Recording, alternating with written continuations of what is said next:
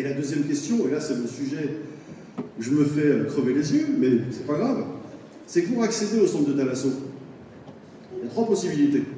Pour traverser une rivière, il y a un bateau, jusque-là on est d'accord, un bateau avec différentes tailles. Vous me dites si vous m'entendez pas, parce que le micro, il est peut-être... Vous m'entendez bien, ça va? Je peux parler plus près, plus fort encore, hein. Après c'est trop. Donc, pour traverser une rivière, un fleuve, parce que l'Orbe est un fleuve, vous avez le bateau, la passerelle et le tunnel. Le bateau, il existe aujourd'hui, c'est le Niki Passeur qui fait un très bon boulot. C'est une famille de pêcheurs très connue à Valras. Il n'y a aucun souci avec eux. Ils travaillent l'été essentiellement. L'hiver, ils ne travaillent pas parce qu'il n'y a pas de demande pour aller aux orpelières. Et ça, j'y reviendrai après.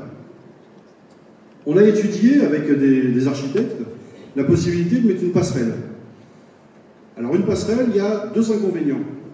Le premier, pour faire une passerelle qui permette de passer des bateaux avec des mâts, parce que vous avez quand même beaucoup de voiliers sur Valras, il y a trois ports. Enfin, il y a le port de Sérignan, le port Jango et le port de Valras. Port de Valras auquel on pourrait donner un nom un jour, parce que le port de Valras, c'est peut-être pas suffisant. On pourrait imaginer un jour que les Valrassiens décident d'appeler le port de Valras le port Tintin-Milou, je ne sais rien, mais de donner la parole aux Valrassiens pour dire le boulodrome, on lui donne un nom, le port, on lui donne un nom, de personnaliser un peu les lieux emblématiques de la ville.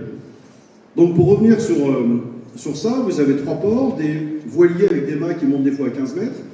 Si vous avez une passerelle normale, elle serait trop haute, et puis son empattement en largeur, là revient, et son empattement en largeur serait beaucoup trop large, donc techniquement, mettre une passerelle, c'est compliqué, voire impossible.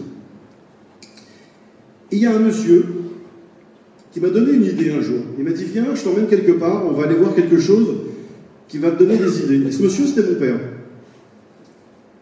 À 88 ans, il m'a dit, écoute, regarde ce qui se passe à Anvers. À Anvers, il y a un tunnel qui a été créé en 1933 qui passe sous l'Escaut. Ce fleuve, l'Escaut, fait 597 mètres de large. Et un tunnel a été creusé à 37 mètres de profondeur.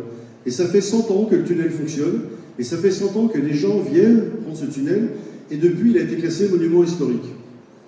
Donc on a regardé ce qui était faisable sur Valras, et sur Valras, on a l'Orbe qui fait 200 mètres de large, on peut creuser minimum à 15 mètres pour faire un tunnel, et après, certaines personnes me disent, oui, mais ça va attirer une mauvaise clientèle, ça va permettre à tout le monde d'aller sur les orpelières et d'y faire n'importe quoi. Mais si vous créez un lieu de passage pour les orpelières uniquement destiné aux vélos et aux piétons, vous pouvez interdire sur le site le passage des voitures, parce qu'aujourd'hui les gens vont aux orpelières, ils y vont en voiture, parce qu'il n'y a pas d'autre moyen d'y aller.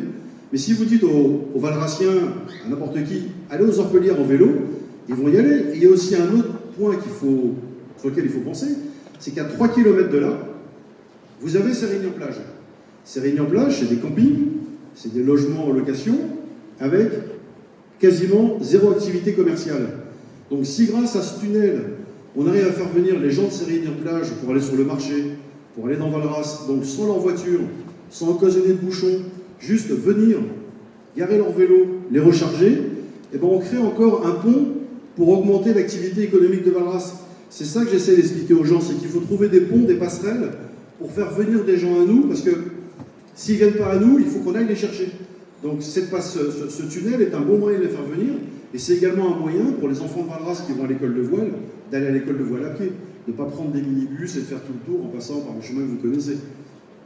Donc voilà, je peux comprendre que ce sujet puisse faire bondir, mais c'est un sujet de réflexion.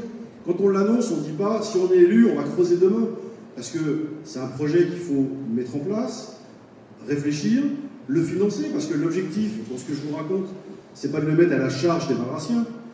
Je suis Valrassien comme vous, je ne suis pas débile, j'ai pas envie d'augmenter les impôts. Il y a des solutions. Quand vous avez un projet qui est structurant pour une ville, vous pouvez demander des aides au fonds européen, à l'État, à la région, au département. Si demain on met des drapeaux à Valras, l'Europe ne va pas nous aider à mettre des drapeaux.